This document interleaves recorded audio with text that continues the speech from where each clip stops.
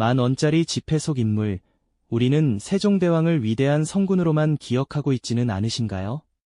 어쩌면 그의 빛나는 업적 뒤에는 우리가 미처 알지 못했던 한 인간의 고독하고 처절한 싸움이 숨겨져 있었을지도 모릅니다.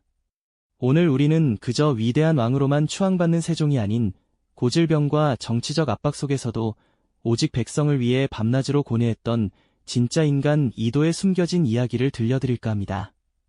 우리에게 익숙한 상징 너머 그의 삶 속으로 함께 들어가 볼까요? 조선이라는 새로운 나라의 기틀을 단단히 다지고 백성들의 삶을 안정시켜야 한다는 막중한 책임감은 어린 왕의 어깨를 짓누르는 거대한 산과 같았을 겁니다. 왕권 강화를 이루면서도 동시에 민생을 보듬어야 하는 이중의 과제는 젊은 이도에게 결코 쉽지 않은 숙제였겠죠. 하지만 그를 평생 괴롭혔던 건 비단 이처럼 무거운 정치적 부담만이 아니었습니다. 젊은 나이부터 그를 그림자처럼 따라다녔던 고질병은 밤마다 그를 잠 못 이루게 하고 고통 속에 몸부림치게 만들었을 것입니다. 밤늦도록 어둠 속에서 서책을 파고들다 문득 밀려오는 고통에 몸을 가누지 못했던 젊은 이도의 모습이 떠오르지 않으신가요? 또한 강력한 왕권을 구축하며 피로 얼룩진 역사를 써내려갔던 아버지 태종 이방원의 존재는 젊은 이도에게는 거대한 그림자이자 동시에 넘어서야 할 산이었을 겁니다. 아버지의 매서운 눈빛 아래에서 왕의 자질을 닦아야 했던 그는 늘 긴장 속에 살았을지도 모릅니다.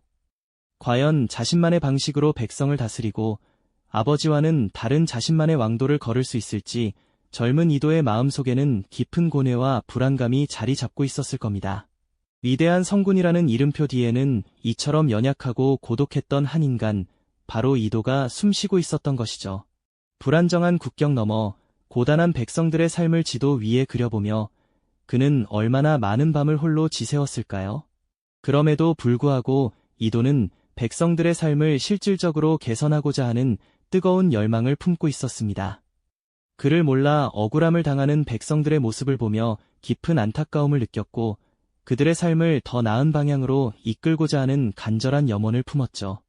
그 일환으로 그는 과학기술의 발전을 통해 백성들의 생활에 도움을 주고자 했습니다. 노비 출신이었던 장영실을 등용하여 혼천에 앙부일구, 자경루와 같은 놀라운 발명품들을 만들어냈던 것도 바로 이러한 그의 백성 사랑에서 비롯된 것이었습니다. 국방을 튼튼히 하여 백성들을 외침으로부터 보호하고자 사군 육진을 개척했던 노력 역시 같은 맥락이었죠. 하지만 이 모든 혁신적인 시도들 중에서도 세종의 마음을 가장 강렬하게 사로잡았던 것은 바로 그를 모르는 백성들을 위한 새로운 문자의 창제였습니다. 백성들이 쉽게 배우고 쓸 수 있는 글을 만들어 그들의 억울함을 해소하고 삶의 지혜를 전하고자 했던 그의 꿈은 너무나도 원대하고 아름다웠습니다. 그러나 이러한 그의 원대한 구상은 당시 기득권층인 사대부들의 강력한 반발이라는 거대한 장벽에 부딪히게 됩니다. 백성을 위한 혁신이 오히려 거센 저항에 직면하는 상황, 과연 세종은 이 난관을 어떻게 헤쳐나갈 수 있었을까요? 다음 이야기에서 그 숨겨진 진실을 더 깊이 파헤쳐 보겠습니다. 백성들이 그를 모르는 서러움을 겪지 않도록 누구나 쉽게 배우고 사용할 수 있는 새로운 문자를 만들고자 했던 세종대왕의 꿈은 실로 눈부시게 아름다웠습니다. 하지만 이러한 원대한 구상은 그저 꿈으로만 머물지 않았죠. 세종은 이를 현실로 만들기 위해 구체적인 계획을 세웠고 그 과정에서 당시 지배층인 사대부들의 강력한 반발이라는 거대한 장벽에 부딪히게 됩니다. 백성을 위한 혁신이 오히려 가장 큰 저항에 직면하게 된 아이러니한 상황이었죠. 사대부들은 왜 그토록 훈민정음 창제를 반대했을까요? 그들에게 글이란 단순한 소통 도구가 아니었습니다. 한자, 즉 중국의 글자는 곧 문명의 상징이자 지식인으로서 자신들의 권위를 지탱하는 근본적인 기둥이었죠. 오랜 시간 한자를 익히고 과거를 통해 관직에 오르는 것이 유일한 출세의 길이던 시대였습니다. 만약 백성들이 쉽게 글을 배우게 된다면 자신들의 독점적인 지식이 더 이상 특별하지 않게 될 것이라는 위기감을 느꼈을 겁니다. 마치 오랫동안 쌓아올린 자신들의 성벽이 한순간에 무너져 내릴지도 모른다는 불안감 같은 것이었죠. 그들은 훈민정음이 중국의 문화를 따르지 않는 오랑캐의 글이라며 비난했고 조선의 근본을 흔들고 질서를 어지럽힐 것이라 주장했습니다. 심지어 새로운 글자를 만들어 백성을 가르치는 것은 중국에 대한 사대 정신을 저버리는 일이다. 백성들이 글을 알게 되면 쓸데없는 상소나 올리고 민심이 동요할 것이라는 논리까지 펼쳤습니다. 어전 회의는 격렬한 논쟁으로 들끓었고 상소문은 마치 폭우처럼 쏟아졌습니다. 그 중에서도 지편전 부제학 최만리를 비롯한 여러 대신들은 목숨을 걸고 훈민정음 창제를 반대하며 강하게 맞섰습니다. 이들은 언문, 훈민정음을 낮춰 부르는 말을 만드는 것은 중국에 대한 모욕이며 나라의 근본을 해치는 일이라며 임금의 뜻을 철회할 것을 강력히 요구했죠. 이들의 반대는 단순한 의견 표명을 넘어 왕의 권위에 정면으로 도전하는 수준에 이르렀습니다. 이런 것엔 반대에 부딪히면서 세종의 마음은 더욱 고독해져 갔습니다. 백성을 위한 일이라 확신했지만 그를 이해해주는 이는 많지 않았던 것이죠. 게다가 당시 세종은 오랜 지병으로 고통받고 있었습니다. 눈병과 당뇨병, 피부병 등 다양한 질병이 그를 평생 괴롭혔고 밤낮으로 국정에 매달리며 훈민정음 연구에 몰두했던 그의 몸은 점점 더 쇠약해져 갔습니다. 고통으로 신음하면서도 그는 밤늦도록 촛불 아래에서 새로운 문자의 원리를 탐구하고 백성들이 쉽게 배울 수 있는 방법을 고민했습니다. 어쩌면 그에게 훈민정음은 단순한 문자를 넘어 자신의 모든 것을 바쳐야 할 숙명과도 같은 존재였을 겁니다. 사대부들의 반대는 거세졌고 그의 병세는 깊어졌습니다. 그럼에도 세종은 단 한순간도 백성을 향한 자신의 신념을 꺾지 않았습니다. 오히려 그 모든 압박 속에서 더욱 굳건한 의지를 다졌죠. 그는 백성들이 그를 몰라 억울한 일을 당하고 삶의 지혜를 얻지 못하는 현실을 외면할 수 없었습니다. 오직 백성이라는 두 글자만이 그의 모든 고뇌와 고통을 이겨낼 수 있는 유일한 원동력이었습니다. 마치 폭풍우가 몰아치는 바다 한가운데서 홀로 돛을 올리는 선장처럼 세종은 그 어떤 타협도 없이 훈민정음 완성을 강행하는 고독하고도 처절한 결단을 내립니다. 이 결정은 단순히 새로운 글자를 만드는 것을 넘어 자신의 정치적 생명과 건강, 그리고 왕으로서의 모든 것을 건 투쟁이었음을 우리는 기억해야 합니다. 어두운 방 안, 촛불 하나에 의지한 채 고통스러운 몸을 이끌고 훈민정음의 마지막 획을 긋던 세종의 모습은 과연 어떠했을까요? 그의 손끝에서 탄생한 문자는 단순한 글자가 아닌 한 인간의 위대한 신념과 희생이 빚어낸 결정체였던 것이죠. 그렇게 왕의 지위와 건강, 모든 것을 걸었던 세종의 훈민정음 창제는 이제 돌이킬 수 없는 길로 접어들고 있었습니다. 대신들의 반발은 단순한 의견 표명을 넘어 왕의 뜻에 정면으로 맞서는 목숨을 건 저항으로 변해갔죠. 특히 지편전 부제학 최만리를 비롯한 유학자들은 훈민정음이 오랑캐의 글자와 다를 바 없으며 조선의 근본인 중화 사상을 해칠 것이라며 격렬하게 비난했습니다. 그들은 훈민정음이 백성들을 현혹하여 사회 질서를 어지럽히고 사대부들의 권위를 떨어뜨릴 것이라 주장하며 심지어는 왕의 정책에 불복종하는 상소를 올리기에 이르렀습니다. 하지만 세종은 이 모든 압력 속에서도 결코 흔들리지 않았습니다.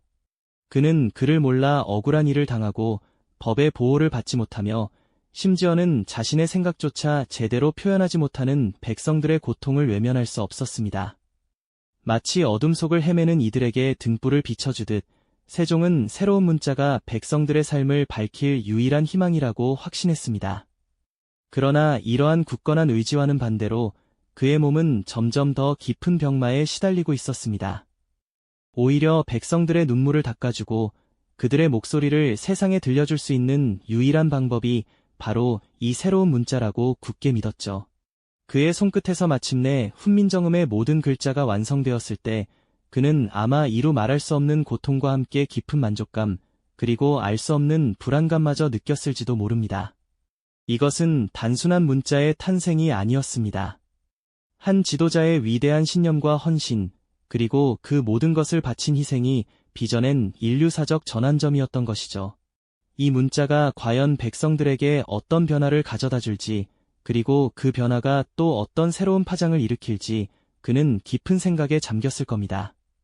그렇게 오랜 고뇌와 숙고 끝에 마침내 1446년 온 세상에 훈민정음이 반포되는 역사적인 순간이 찾아왔습니다. 백성을 향한 세종의 간절한 마음이 담긴 이 새로운 글자는 그동안 무지 속에 갇혀 살던 조선의 수많은 사람들에게 한 줄기 빛처럼 다가왔을 겁니다. 이전에는 감히 상상조차 할 수 없었던 변화가 서서히, 그러나 분명하게 조선팔도 곳곳에서 움트기 시작한 것이죠. 이제 막 글자를 배우기 시작한 어린아이부터 고단한 삶에 지쳐있던 노인까지 그 누구라도 이 새로운 글자, 훈민정음을 통해 세상과 소통하고 자신의 이야기를 풀어낼 수 있게 된 것이죠. 거리에서는 백성들이 훈민정음으로 쓰인 벽보를 읽으며 서로의 소식을 전하고, 시장에서는 상인들이 훈민정음으로 가격표를 써붙이며 거래의 투명성을 높여갔습니다. 멀리 떨어진 가족에게 정성껏 쓴 편지를 보내며 그리움을 달래고, 관아의 억울함을 호소하는 글을 직접 작성하며 자신의 권리를 찾아가는 이들의 모습은 그야말로 혁명에 가까운 변화였을 겁니다.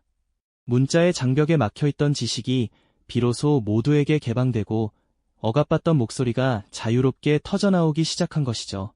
글을 아는 자와 모르는 자의 경계가 허물어지면서 조선 사회 전체에 거대한 소통의 물결이 일기 시작했습니다. 백성들의 얼굴에는 이전에는 찾아볼 수 없었던 희망의 빛이 가득했을 겁니다. 그들은 비로소 자신들의 언어로 세상을 이해하고 자신의 생각을 표현할 수 있게 되었으니까요. 이러한 변화는 단순한 지식의 확산을 넘어 백성 개개인의 자존감을 높이고 삶의 질을 향상시키는 근본적인 전환점이 되었을 것입니다. 이 모든 것이 바로 세종의 깊은 측은지심, 즉 백성을 향한 한없는 연민과 사랑에서 비롯된 처절한 투쟁이 결과였다는 사실을 우리는 기억해야 할 겁니다.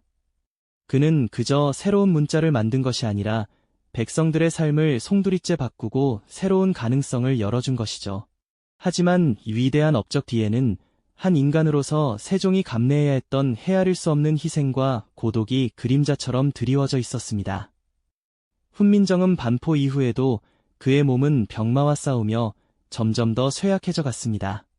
백성들이 새로운 문자로 소통하며 기뻐하는 모습을 흐뭇하게 바라보면서도 그의 얼굴에는 깊은 피로와 곤뇌의 흔적이 역력했습니다. 그는 자신의 모든 것을 바쳐 백성을 위한 길을 걸었지만 그 길은 언제나 외롭고 험난했으니까요.